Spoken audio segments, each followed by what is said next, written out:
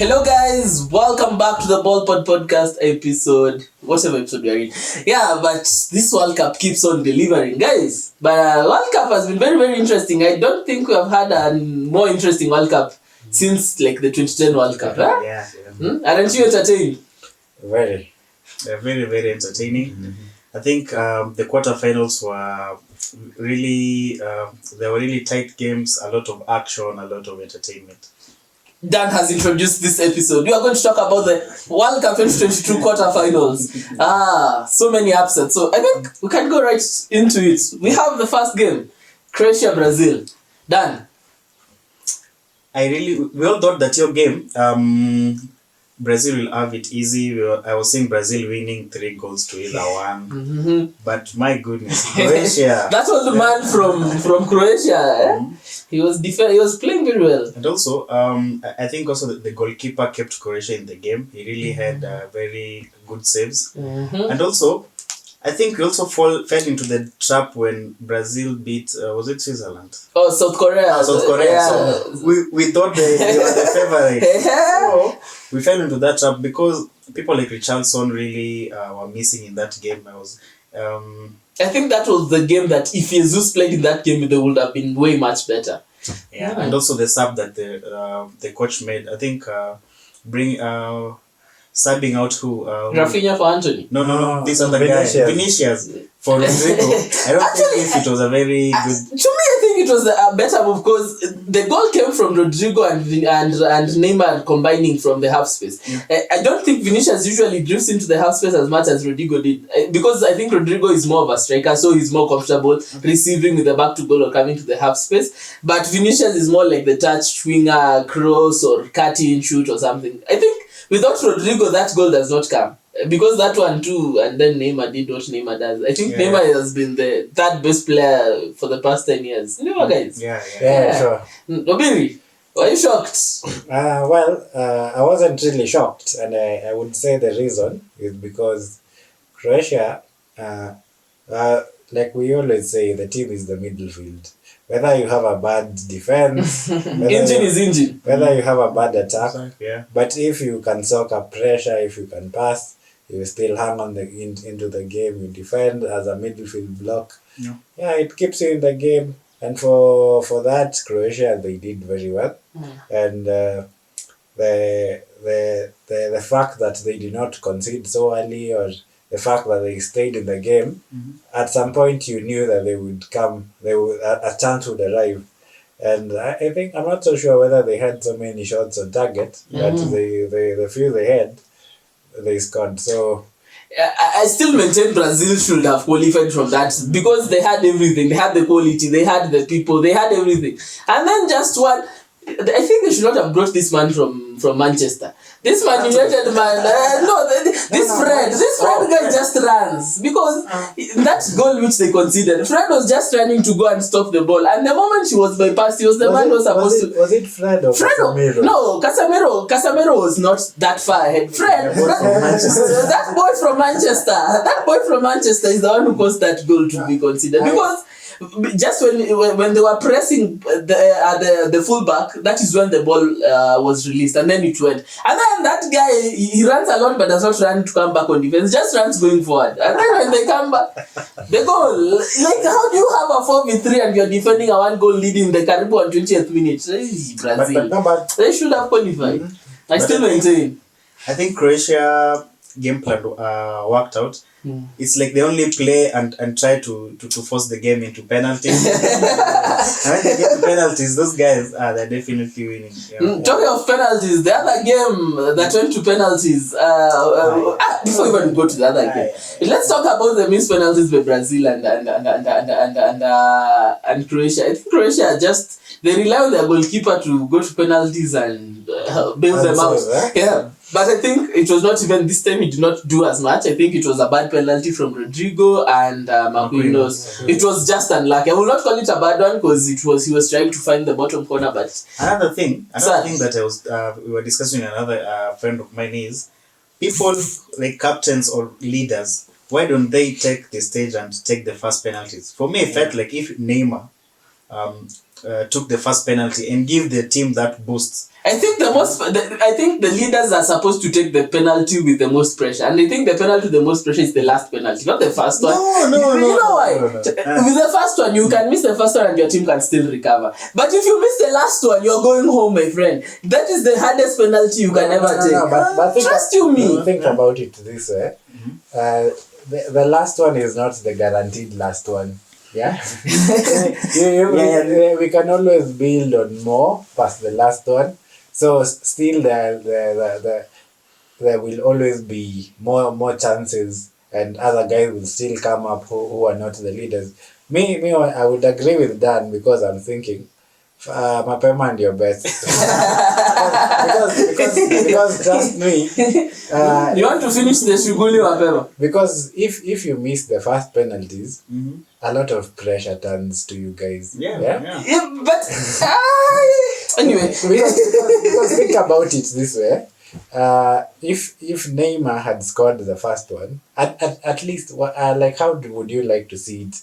You not being guaranteed to score the first one but scoring the last one, or you being guaranteed to score the first ones and gambling with it? Because you see, if you miss the first one, even Neymar will not shoot that one. Neymar is still waiting to and he was their best. Yeah. And I mean, he could maybe, if he was there, because I tend to think, okay, generally anyone who takes a penalty should be experienced. Yeah. So to you, if you have the worst penalty taker should take the fifth penalty, which can almost guarantee you to go home, rather than taking the first one and hoping the goalkeeper bails you out. It doesn't necessarily mean that we are saying the last one. We are saying the leader.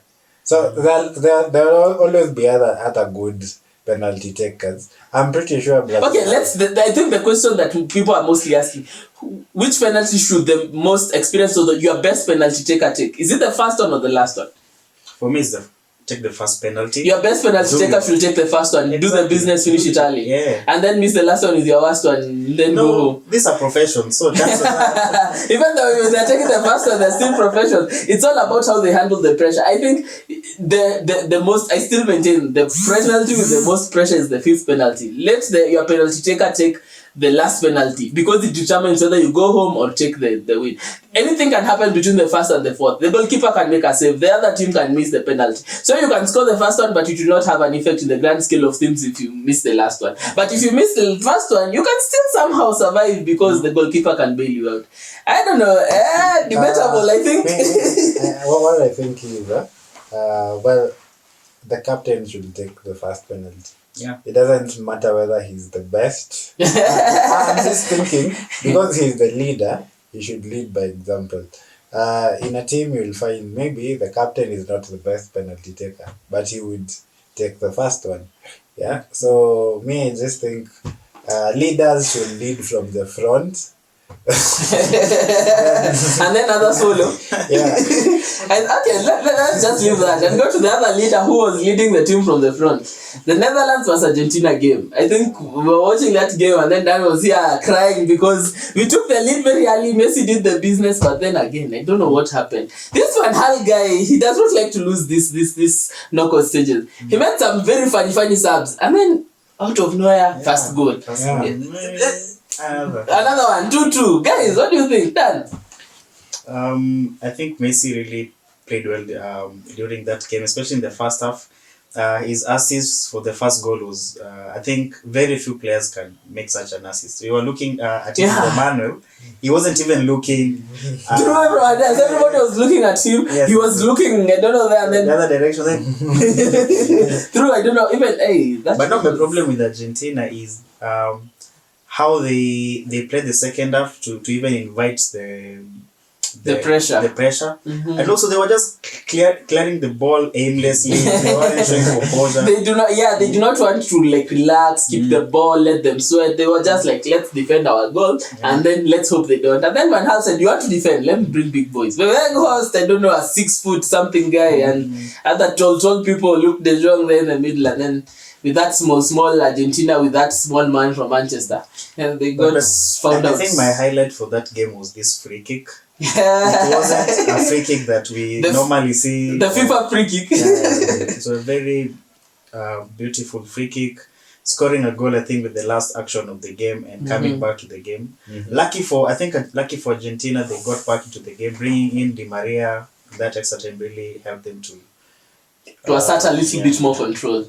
I think I love that penalty. Ooh, the balls to take that penalty in that the last kick of the game. Everybody was expecting a direct shot on goal or something, and then those guys just decided. Thread the needle. Nobody was expecting that. I think everybody was like, okay, where's the free kick? And then I saw some tall guys muscling people, and then Martinez did not expect that. I think it was the best, so far my cheekiest penalty of this year. A free kick, right? Yeah, busy. Well, so the free kick was the highlight of the whole game, you would say.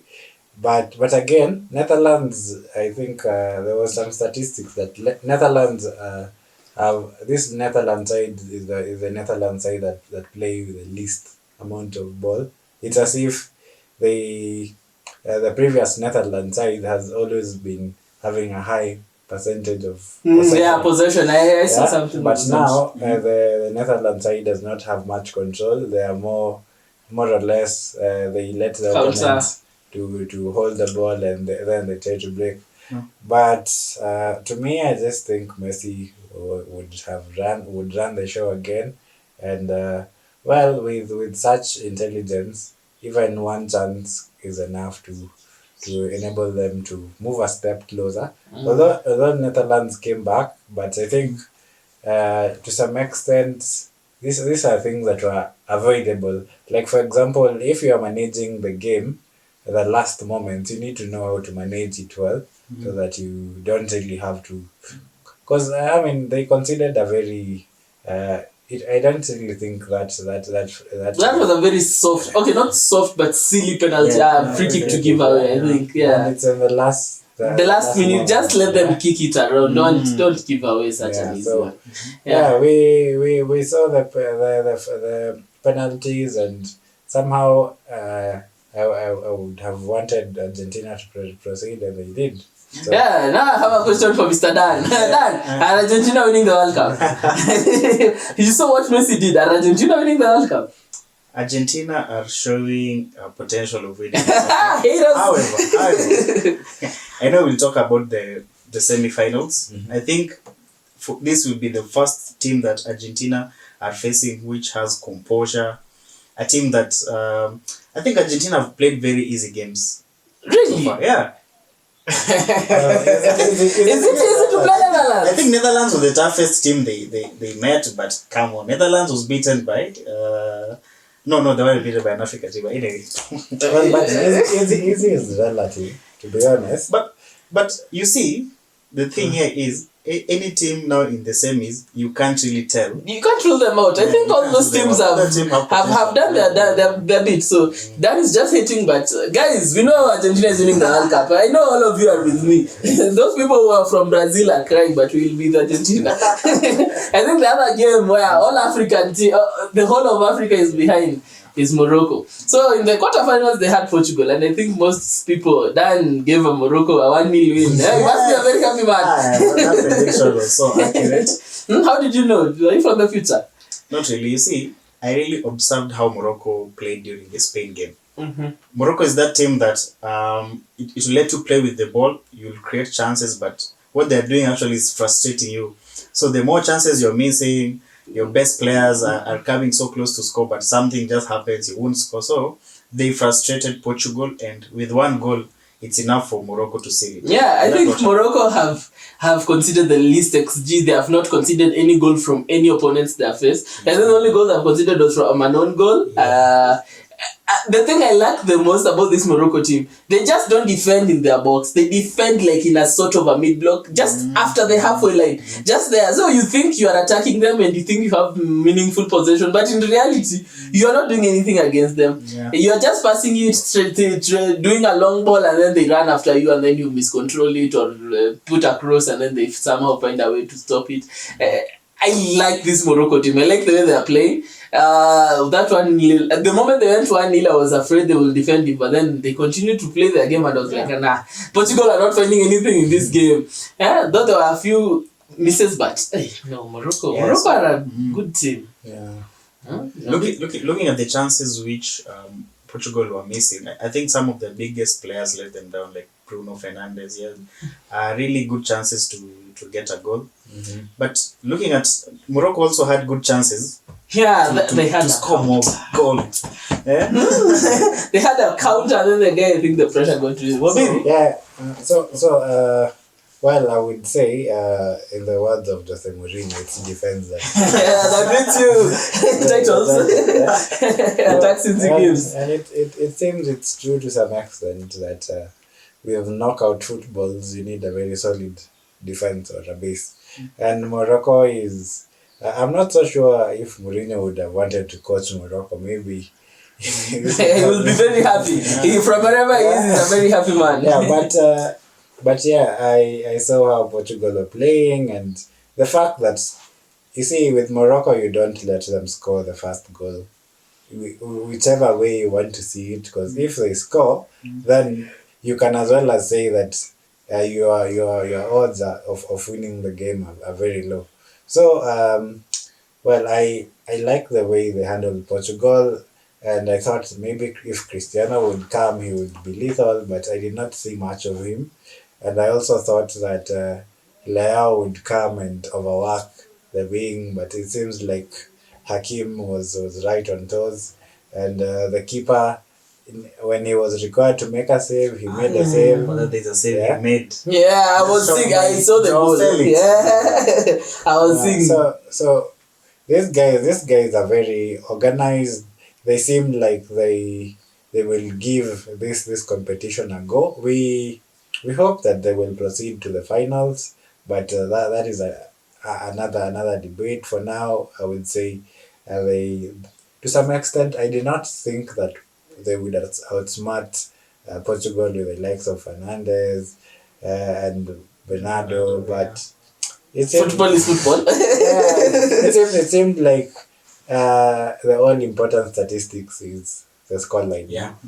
I think, guys, if you don't have any idea, Morocco is the first African team to proceed to the semi-finals. And Morocco was also the first African team to proceed to the World Cup quarterfinals, knockout stages to be specific. So they have been representing Africa since the World Cup began. The team have been doing everything. The first team to proceed to the knockouts, the first team to proceed to the semi-finals. So yeah, I hope they do us two more proud, proceed to the finals and win the whole thing. Yeah, but I think the one thing that we need to talk about that happened in that game was the goalkeeping moment from the Portugal man. Do you think he could have done better? Should he have remained and not come out to punch, or was just El Nesri doing way better? Because I saw a stat, he out-jumped that Ronaldo header from, I think he was in Juventus, or I don't remember. Yeah, the jump he made in this Portugal game was higher than that. He was, I think, Diaz was just like on his knees and the whole guy was up. So what do you think? Should have the goalkeeper have remained? Did he do right to come out, or it was just better attacking? Well, me what I would say, headers are one of the hardest things to defend. And that is why you see corners are usually scored as often as possible. So somehow, as a goalkeeper, it's just like a split second. You need to decide whether you're coming for the ball or not. So it depends on the attacker who's attacking the ball, and again the pace of the ball. So you would say that the judgment of the goalkeeper was not on point. But again, even if he would have remained on the post, you don't know what would have happened. Would he still?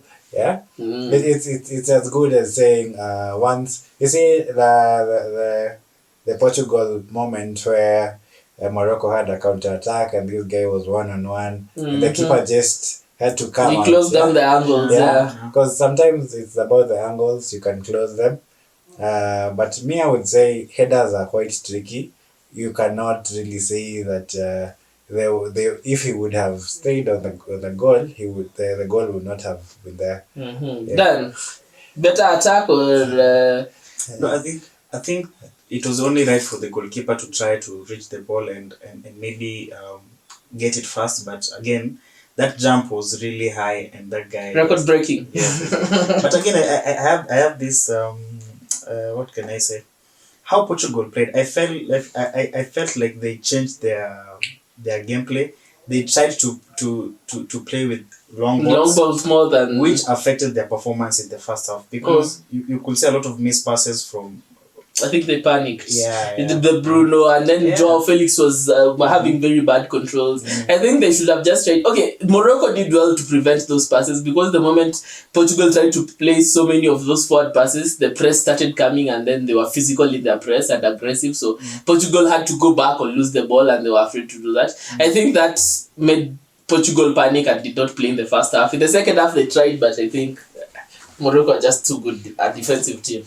Yeah, the other game, I think the game of the tournament so far, or the game that we were all waiting for in the quarterfinals, was the England vs France game. Dan is still crying, he's still mourning. To me, I think England played very well, but not always. It's not about the performance, about the goals. And the man from Tottenham bottled it again. Sorry. So let's start with you, Dan.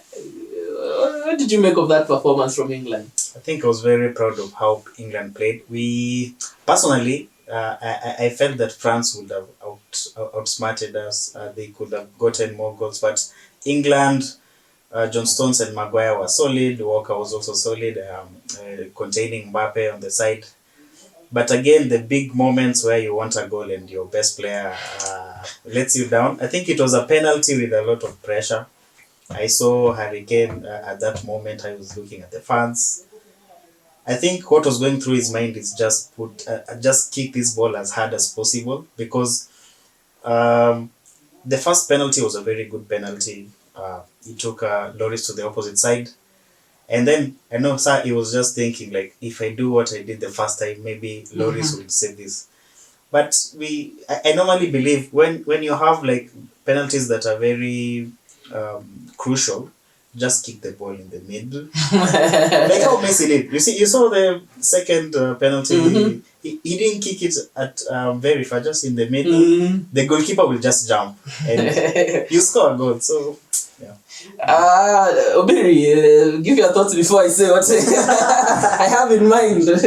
Yeah, so to be honest, England was supposed to win the game. They had all it takes because France did not seem like they were on the best of their side in terms of whether of the control of the game. It seemed like France were the underdog and they were trying to play out on counters, and maybe that's a gift for France because perhaps if England were the ones who are trying to play on the counter, then it could be another thing. But then what I would say is Giroud is a really he has impact in this France side. Yeah, we cannot really say that. Well, we can have this conversation of Benzema and but well, we haven't seen Benzema really come out, but we have seen Giroud really stand up for France. I think Benzema is the better player, but I think Giroud fits this French national team better. And I beg to differ. I think, yes, England played well, but I think England played well because France led them. The moment France went, the game went to 1-1, you saw France started attacking. They got like 3 or 4 chances almost immediately after. There was that missed chance from, I think, Giroud, and then there was that save from Rabiot, the Rabiot shot, and then Pickford save.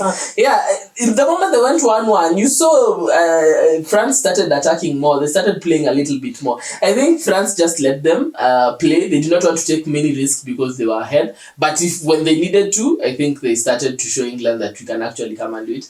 But England, I'm not taking anything away from England. They played well, led by the man of the team, who is Saka, not the butler. I think Saka was their best player for that game, though he was being kicked. For the first goal, I think the referees should be looking at those things more often. Because to me, I saw Saka was literally kicked by Upamecano that led to the first goal.